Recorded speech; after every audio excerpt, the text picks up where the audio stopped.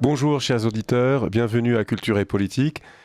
Aujourd'hui, Culture et Politique, Richard Oui. Haddad au micro, pardon, et Pierre-Henri, Bonsoir comme tous les Richard. lundis à 17h maintenant. Bonsoir et Richard, non plus bonsoir à tous les 17h30. auditeurs. Et oui, ravi de vous retrouver. Troisième mouture à 17h, nouvelle grille des programmes sur Radio Courtoisie. Voilà, donc aujourd'hui au programme, le nouveau gouvernement qui n'est plus, qui n'est plus, Non, c'est aussitôt arrivé, aussitôt reparti. aussitôt reparti.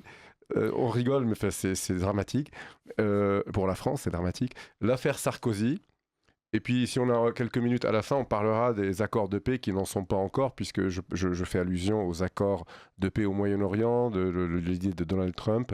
Ce n'est pas encore abouti, on pourra en dire quelques mots, et puis on en La reparlera. négociation commence à Voilà, peine. on en reparlera dans une future émission pour voir ce qu'il en est exactement. Mais commençons par ce nouveau gouvernement né hier et décédé aujourd'hui. C'est pas mal quand même. 12 heures, record absolu de la Ve République. Alors, 25 jours d'ailleurs, le Cornu a tenu 25 jours, c'est aussi un record. c'est aussi un record. Alors, L'homme de ça tous les records. ressembler aux républiques bananières, les Belges me pardonneront, mais parce Oui. que je les qualifie de république bananière, mais je pense que c'est bien mérité. On n'en est pas trop loin. Oui, on n'en est pas très loin. Il y Mais avait en fait, les Belges vont pouvoir maintenant se moquer de nous Oui. à juste titre, alors Oui, que oui. d'habitude c'était Alors, l'inverse. on leur ressemble pour la longévité des gouvernements sans ministre, mais on leur ressemble aussi au point de vue islamisme et, Islamisation galopante, oui. et Et extrême gauche aussi d'ailleurs. oui, extrême gauche, islamisme et insécurité. Mais revenons à ce gouvernement qui, en fait, on l'a appelé nouveau gouvernement, mais il n'était pas si nouveau que ça parce que on a pris les mêmes, on recommence. Les 2 tiers des Plus ministres que les 2 tiers. présentés avaient été membres du précédent gouvernement. Plus que ça. Certains restaient exactement au même poste, certains montaient en grade. Oui. Moi, j'ai appris avec effroi que Madame Borne restait à l'Éducation nationale, mais qu'elle devenait ministre d'État, ce qui n'est pas rien. Excusez du peu. Oui, alors, mais il y avait plus que les 2 tiers. Hein. Moi, il me semble que c'était Entre les 2 tiers et les 3 quarts, et puis vous aviez des 3 quarts plutôt, revenants, oui. dont l'un, on va en parler, Oui, dont l'un oui. a servi de prétexte au courroux de M. Retailleau. D'ailleurs, Oui, le alors, retour de M. Le Maire, ministre des Armées, Ceux qui n'y étaient pas, y étaient dans les précédents. en dans fait, les voilà. précédents. Alors, une phrase d'Einstein quand même formidable, qu'on peut vraiment appliquer à ce gouvernement. La folie, dit Einstein, c'est refaire la même chose en espérant un autre résultat. Tout à fait. Ces gens-là sont fous alors. Alors, fou, oui. Idiot en même temps, Oui, l'un n'empêche certainement, pas oui. l'autre. Oui. Mais là, on assiste à un spectacle qui visiblement consterne aussi les autres pays européens qui ne sont pas forcément d'ailleurs tenus à la retenue. Le porte-parole du gouvernement allemand a fait une déclaration officielle aujourd'hui pour dire que l'Allemagne et l'Europe avaient besoin de la stabilité de la politique française. Donc là, c'est Oui. la maîtresse Mais- d'école qui n'est pas très contente. Mais je n'aime pas, oui, c'est ça, mais je n'aime pas trop ces phrases parce que Ah, pas du tout. Non, mais ça, stabilité- c'est oui, ils veulent de la stabilité, autrement dit, eh bien accepter n'importe quoi. ce qui va pourvu dans qu'il y ait leur une intérêt. stabilité. Voilà. Ça, parce que le mot stabilité et responsabilité, on en a un peu assez. Alors, on a repris les mêmes, ces gens sont fous, mais non seulement ils sont fous, mais je pensais que beaucoup d'entre eux avaient fait des études de sciences politiques, l'ENA, etc. Il y a des cours élémentaires de droit constitutionnel qui leur ont échappé probablement. C'est que lorsqu'il y a une motion de censure contre un gouvernement, alors il faut peut-être leur expliquer ça comme dans l'école élémentaire, c'est-à-dire que les députés représentent le peuple. Lorsque les députés votent une motion de censure contre un gouvernement, c'est qu'ils le rejettent. Donc ça veut dire que c'est le peuple qui le rejette. Alors on vous rejette et vous revenez les mêmes.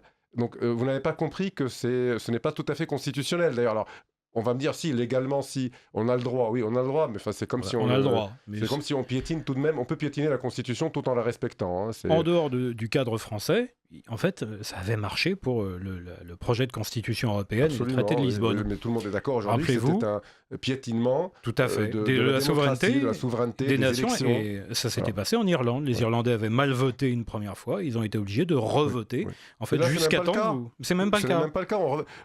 On les vire par la porte, ils reviennent par la fenêtre. Alors bon, et puis, alors là, la cerise sur le gâteau,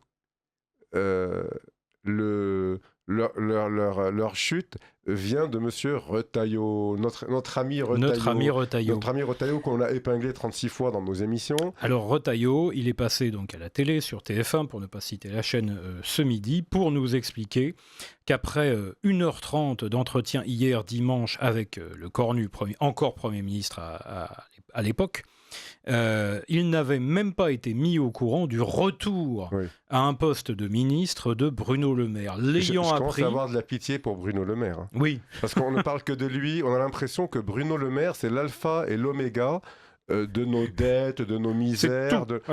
Tout le mal vient de lui. Bruno Le Maire. Alors, Monsieur Retailleau n'est pas très intelligent, parce que vous savez, quand on est intelligent, on ne prend pas les autres pour des imbéciles. La première chose, le premier aspect de l'intelligence, c'est mesurer l'intelligence de l'autre. Oui. Donc prendre l'autre pour un crétin n'est pas signe d'intelligence. Hein. Et surtout le prendre grossièrement pour un crétin, parce que là, les ficelles sont grosses, et je pense que nos auditeurs auront compris que cette espèce de rupture que Retailleau a amorcée hier soir avec une déclaration sur Twitter, d'ailleurs sur X, adressée principalement à ses militants, aux militants de son parti, ne se servait de Bruno Le Maire que comme d'un prétexte. Alors, Monsieur Tout ceci est un prétexte. Alors, ils ont des éléments de langage. Hein, nous l'avons répété. Monsieur Bellamy, Monsieur Ousmane Nasrou, Monsieur... Othman Nasrou. Oui. Qu'est-ce que j'ai dit Ousmane, mais en fait, c'est pareil. C'est Ousmane, en fait. Voilà. Hein, c'est un TH, mais bon, c'est pas grave. Ils nous ont répété tous en boucle qu'ils ne veulent pas être la béquille du gouvernement. Mais qu'ont-ils fait depuis un an ? Ça fait un an que M. Retailleau et sa bande de clowns, pardonnez-moi ce terme, mais je pense que là, il a bien mérité, servent de béquille à Emmanuel Macron. Et donc, pour qui ils ont tout cautionné ? Parce qu'il faut leur rappeler que quand on participe à un gouvernement, on le cautionne. Donc ils nous disent qu'ils ne veulent pas être la béquille, mais ils n'ont fait que ça depuis un an. Monsieur Retailleau, ça fait un an qu'il est ministre de l'Intérieur, il n'a rien fait. Et pour cause, il nous dit, il fait quelque chose, le lendemain c'est défait par ses collègues ministres et premiers ministres. Et il nous dit qu'il n'y arrive pas parce qu'il n'a pas la majorité. Ben, démissionne mon vieux. Vulgairement, on va lui dire ça comme ça. Parce que quand on est pris pour des imbéciles, on va essayer de tutoyer celui qui nous prend pour un imbécile. Après, le voilà nous expliquant que, il n'est pas la béquille, il ne veut pas être la béquille, c'est ce qu'il a fait depuis un an.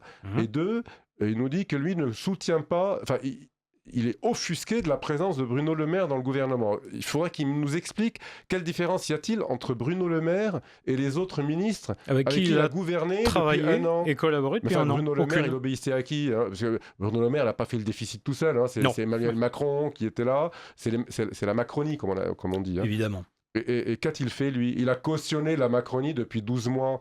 Hein, alors qu'au lieu de suivre Éric Ciotti aux législatives de 2024 et de s'allier avec le RN contre les macroniens, il a préféré l'accuser d'être un traître, d'aller à la casserole, à la gamelle, et d'être ministre.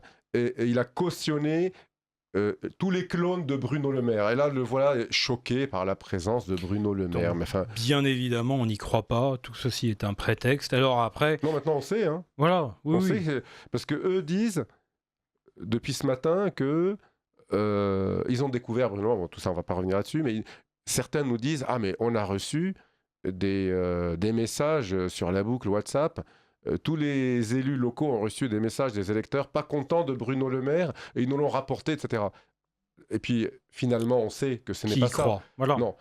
Et en effet, ils ont reçu énormément de messages sur les boucles WhatsApp, mais les gens ne se plaignaient pas, leurs électeurs ne se plaignaient pas de Bruno Le Maire. Non. Ils se plaignaient qu'eux-mêmes soient présents dans ce gouvernement, et ils se plaignaient de les voir cautionner Emmanuel Macron. C'est ça la vérité.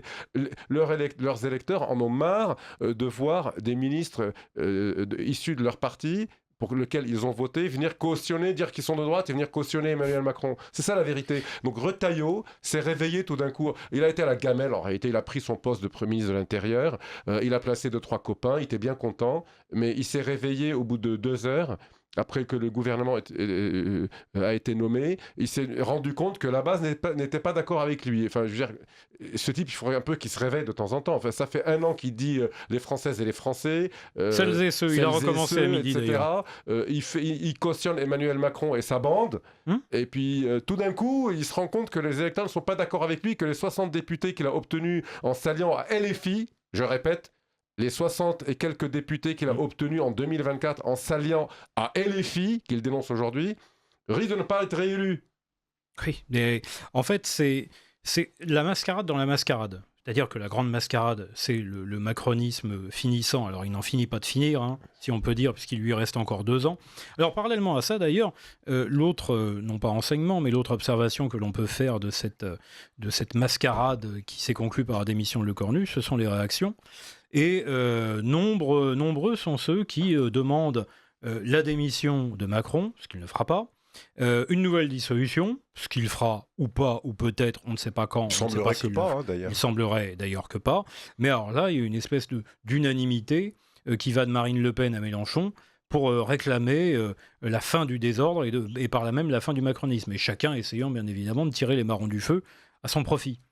Alors, en tout cas, pour conclure, pour fermer la page Retailleau, je dis bien Retailleau, LR, c'est pareil. Ce parti a été le boulet de la droite depuis Jacques Chirac. Depuis l'UMP. Ce parti a plombé la droite française pendant 40 ans. À cause d'eux, on a eu François Hollande. À cause d'eux, on a eu Mitterrand même. Hein, parce que, souvenez-vous... Et entre les deux Jospin...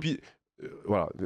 Et on a eu aussi Nicolas Sarkozy, parce qu'on va en parler, parce qu'en termes de politique délétère pour la France et les Français, son mandat n'aura pas été... C'est vrai.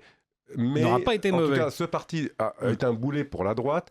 Il n'est plus grand-chose, rappelons, parce que là, quand on les entend parler, on a l'impression qu'ils sont la moitié de l'Assemblée nationale.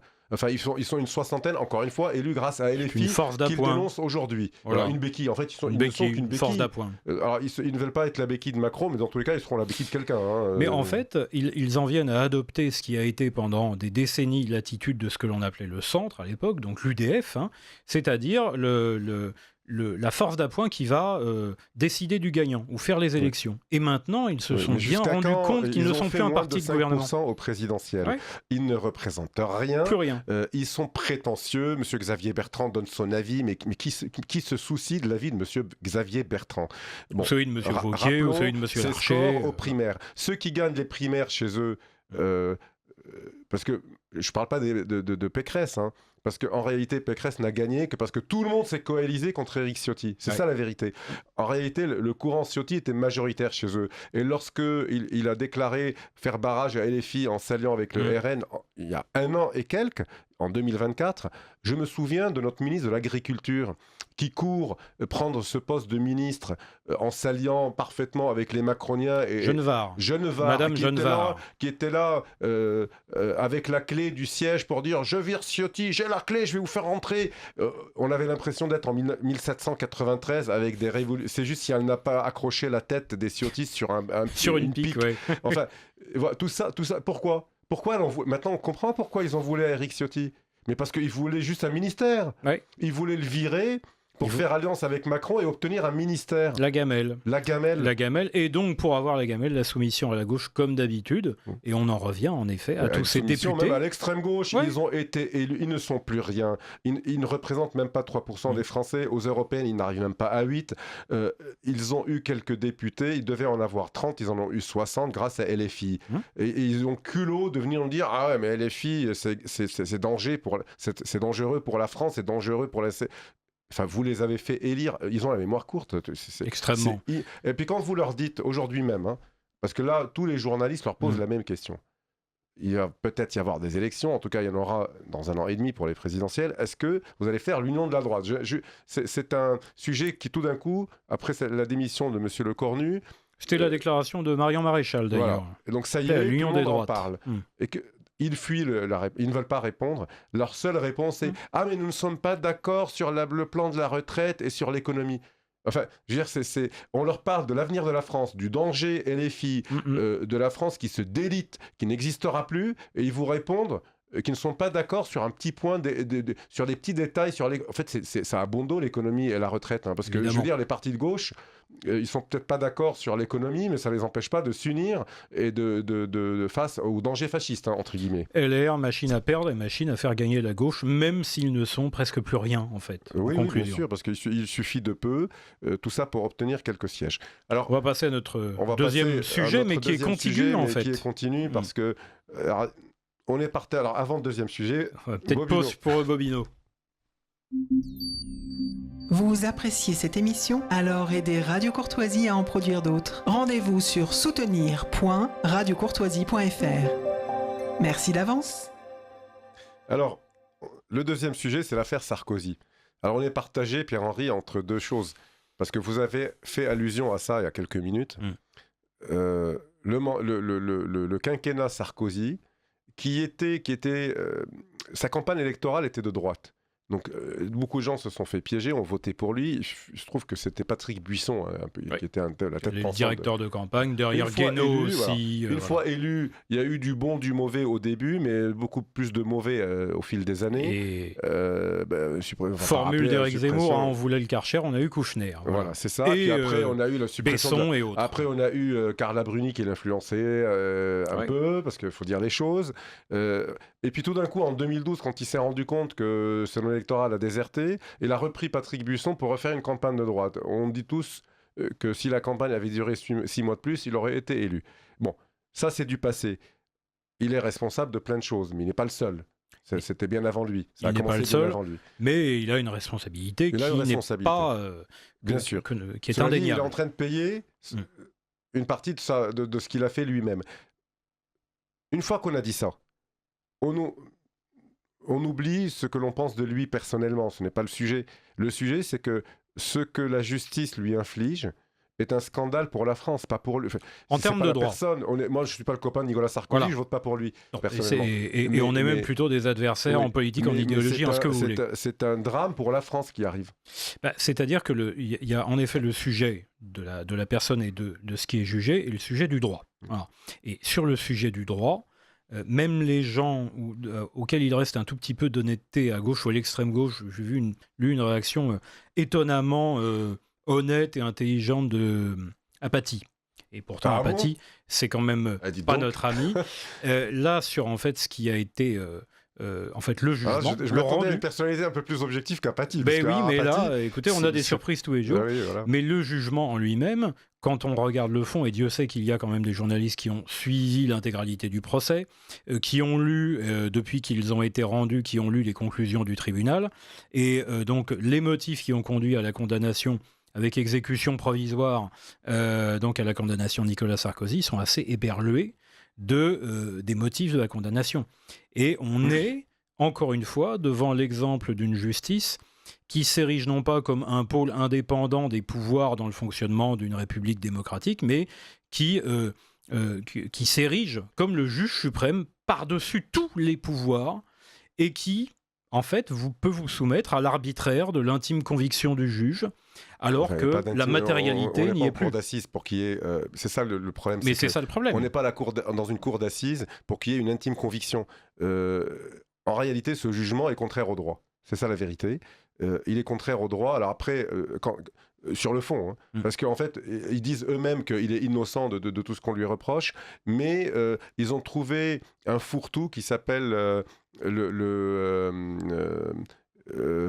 comment ça s'appelle le terme qu'ils ont utilisé pour le condamner, c'est en bande organisée, là, association de malfaiteurs. Voilà. Ce qui ne veut rien dire. En fait, ça existe dans le droit. On l'utilise contre les trafiquants, pour essayer, quand on ne trouve pas de... Bon, en gros, pour résumer, on l'a condamné pour avoir discuté de non, même pas. En fait, on le condamne pour une éventuelle discussion dont on n'a même pas la preuve. Si on en avait la preuve, une discussion, non pas de trafiquants de drogue, mais entre un chef d'État et ses ministres. Ouais. Alors, si les chefs d'État et leurs ministres ne peuvent plus discuter de rien sans qu'ils soient condamnés, c'est dramatique c'est ça qui est dramatique pour la France. C'est-à-dire que plus personne ne voudra faire de la politique, d'une part. Évidemment. Et en plus de ça, la cerise sur le gâteau, c'est qu'on n'a même pas la preuve de cette discussion. Évidemment. Et donc, c'est là qu'intervient en fait l'intime conviction qui n'a rien normalement à faire dans ce procès-là. C'est que les juges sont partis du principe que Sarkozy ne pouvait pas ignorer ce qu'allaient faire Guéant et Hortefeux en Libye. On ne sait pas ce qu'ils ont fait. Tout ça, c'est des suppositions. On n'en sait pas grand-chose, mais comme Sarkozy ne pouvait pas ignorer, c'est que forcément il savait, et donc s'il savait, il est complice, donc il est coupable. Oui, enfin, ça peut marcher. C'est délirant, mais ça peut marcher avec chacun d'entre vous, bien évidemment. Oui, parce qu'on a utilisé encore une fois l'association de malfaiteurs qui est faite pour les trafics de drogue pour des hommes politiques. Ce n'est pas le but. De même que l'exécution de la sentence provisoire non suspendue par l'appel en cours, comme ça a été d'ailleurs décidé pour l'inéligibilité de Marine Le Pen il y a quelques mois, c'était à l'origine, mais ce n'est pas marqué dans la loi, c'était l'esprit de la loi et du législateur qui l'a voté, c'était pour prévenir les risques de récidive. Oui. Donc là, Sarkozy va retourner, et il y a principalement ça. La détention provisoire, il faut le rappeler aux auditeurs, la détention provisoire, comme son nom l'indique, elle est provisoire, ça veut dire qu'on met quelqu'un en prison alors qu'il n'est pas encore condamné, parce qu'elle peut être appliquée pas seulement après la première instance. Oui, ça c'est une provisoire, mais c'est pas l'exécution. Oui, mais dans tous les cas, on met quelqu'un en prison avant qu'il ne soit condamné définitivement ou en première instance, peu importe, lorsqu'il représente, pour 2 raisons. Par exemple, avant un premier procès, même s'il n'est pas encore condamné, si quelqu'un est après une garde à vue, vous êtes mis en détention ou pas, selon votre dangerosité. En fait, pourquoi on met quelqu'un en prison avant même son... parfois, on attrape quelqu'un, il est soupçonné de meurtre, on est presque sûr à 100% qu'il est meurtrier. Bon, son procès n'a pas eu lieu, on le met quand même en prison. Pourquoi ? Mais parce qu'on considère qu'il est dangereux. Dangerosité, risque de fuite. Voilà. Ce sont les 2 motifs. Danger et risque de fuite. Danger pour autrui, c'est-à-dire quelqu'un, un violeur, un meurtrier. Et risque de fuite, parce que ça peut être un étranger ou quelqu'un qui a des réseaux, etc. En quoi M. Sarkozy est-il un danger pour les citoyens français? En rien. En quoi, où peut-il fuir? Nulle part. Donc c'est tout, point à la ligne. Il n'y a pas de raison de le mettre en détention. Les fuites, depuis Jacques Médecin, l'ancien maire de Nice, il y a 40 ans. Il a été rattrapé, d'ailleurs, il n'y en a pas eu beaucoup. Cela dit, Sarkozy n'est pas Jacques Médecin, c'est l'ancien président de la République, excusez du peu. Donc, et en fait, la France est condamnée régulièrement pour être le pays en Europe, condamné par la Cour européenne de justice, qui la rappelle à l'ordre régulièrement, pour être le pays qui met le plus en détention provisoire. En détention provisoire, tout à fait. Et on peut se dire, c'est tout à notre honneur, on met les criminels en prison, mais même pas. En général, on met les chefs d'entreprise qui sont soupçonnés de fraude ou quoi que ce soit, je ne les défends pas si c'est le cas, mais en tout cas, on met souvent en détention provisoire des éventuels condamnés pour des motifs administratifs, si vous voulez. Délits financiers ou autres, mais en même temps que les droits communs. Aucun danger pour monsieur tout le monde dans la rue, alors que les vrais délinquants, on ne les met pas en détention provisoire, parce que vous lynchez un policier, vous êtes dehors le lendemain.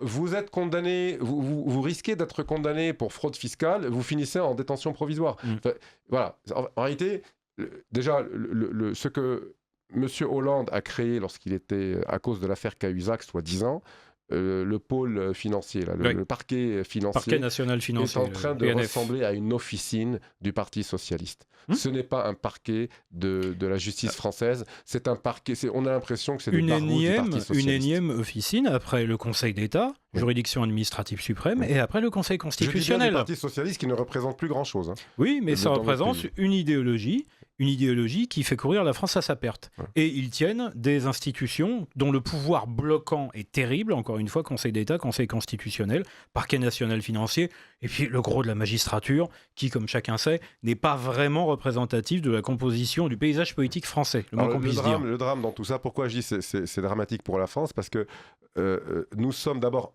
ridicule aux yeux du monde, 2, un président de la République contre lequel la justice n'a pas grand-chose, finit en prison. C'est une honte. En fait, on est en train d'humilier non pas Nicolas Sarkozy, mais la France. Troisièmement, et c'est ça le plus grave, c'est que n'importe lequel d'entre nous sait maintenant qu'il risque de finir en prison pour n'avoir rien fait. Autrement dit, nous deux, d'autres, Français, il suffit que vous déclariez quelque chose qui déplaît à la justice, une déclaration politique, un acte, une manifestation, vous finissez en prison pour n'avoir rien fait. C'est-à-dire que ça fait jurisprudence. Autrement dit, les naïfs qui pourraient se dire « M. Sarkozy l'a bien mérité », il faudrait qu'ils réfléchissent à 2 fois parce qu'ils vont finir comme lui. Ça peut leur arriver, encore une fois, c'est le symptôme et la démonstration de ce qu'est devenu le pouvoir judiciaire, le pouvoir des juges, que l'on ne cesse de pourfendre sur Radio Courtoisie dans nos émissions et dans les autres, et qui a de quoi faire frissonner, parce que c'est derrière le pouvoir de l'idéologie, très souvent l'idéologie d'extrême gauche, très souvent anti-française, et très souvent aussi d'une forme d'arbitraire. Pourquoi un arbitraire? Parce que c'est l'idéologie qui prend le pas sur les règles de droit et sur le sens de la justice. Alors rappelons aussi qu'il a été condamné avant cette affaire dans une affaire d'écoute Oui. l'affaire a démarré à la suite Par des écoutes. à la de suite son d'écoutes avocat. téléphoniques entre lui et son avocat, ce qui est un scandale absolu pour une affaire qui n'a pas eu lieu, là aussi. Parce que, en fait, c'était quoi l'affaire? C'est un magistrat qui lui demande d'intervenir en sa faveur pour être muté à Monaco. Il ne l'a pas fait. Il ne l'a pas fait, mais il a été condamné quand même. On lui a retiré sa Légion d'honneur. Et je rappelle, parce qu'il nous reste à peine une minute, que sa Légion d'honneur, il ne l'a pas eue lorsqu'il est devenu président de la République. Il a été élevé au grade de grand maître, comme tous les présidents de la République, mais il avait eu sa Légion d'honneur en 2004 pour ses faits antérieurs. Et quels étaient ces faits antérieurs? Principalement, c'est d'être rentré dans une école primaire à Human Neuilly, bomb, voilà, sortir avec des enfants avec le preneur pris d'otage. en otage par un type ceinturé avec une bombe Ceinturé autour de la poitrine, oui. de bombes. C'était autour l'affaire de son Human ventre. Bomb à Il Neuilly. les a en sortis effet. les uns après les autres. Alors on l'aime ou on ne l'aime pas, on ne peut pas dire qu'il n'avait pas de courage, il méritait bien cette Légion d'honneur qu'on lui a retirée. Voilà. Il nous reste même pas une minute, Pierre-Henri, un mot sur le Japon. Alors un mot sur le Japon, on aura normalement dans 2 semaines, on va refaire notre émission d'actualité, on aura sans doute l'occasion peut-être d'avoir l'un des meilleurs spécialistes du Japon dans notre famille de pensée, Bruno Gollnisch, pour nous parler de celle, on en reparlera, qui sera sans doute la prochaine premier ministre du Japon, première femme à être Premier ministre, mais surtout une vraie femme de droite et qui a fort à faire, même au Japon, ils ont énormément de problèmes, en particulier d'immigration. Beaucoup moins que nous, parce que ça fait beaucoup moins que nous, mais il faut, voilà, mais ça peut arriver chez eux aussi. Moins, dès qu'il y a un problème, ils réagissent. Exactement. Ils n'ont pas attendu 30 ans ou 40 ans. On en parlera dans 2 semaines. Merci, chers auditeurs. À lundi prochain. À lundi prochain.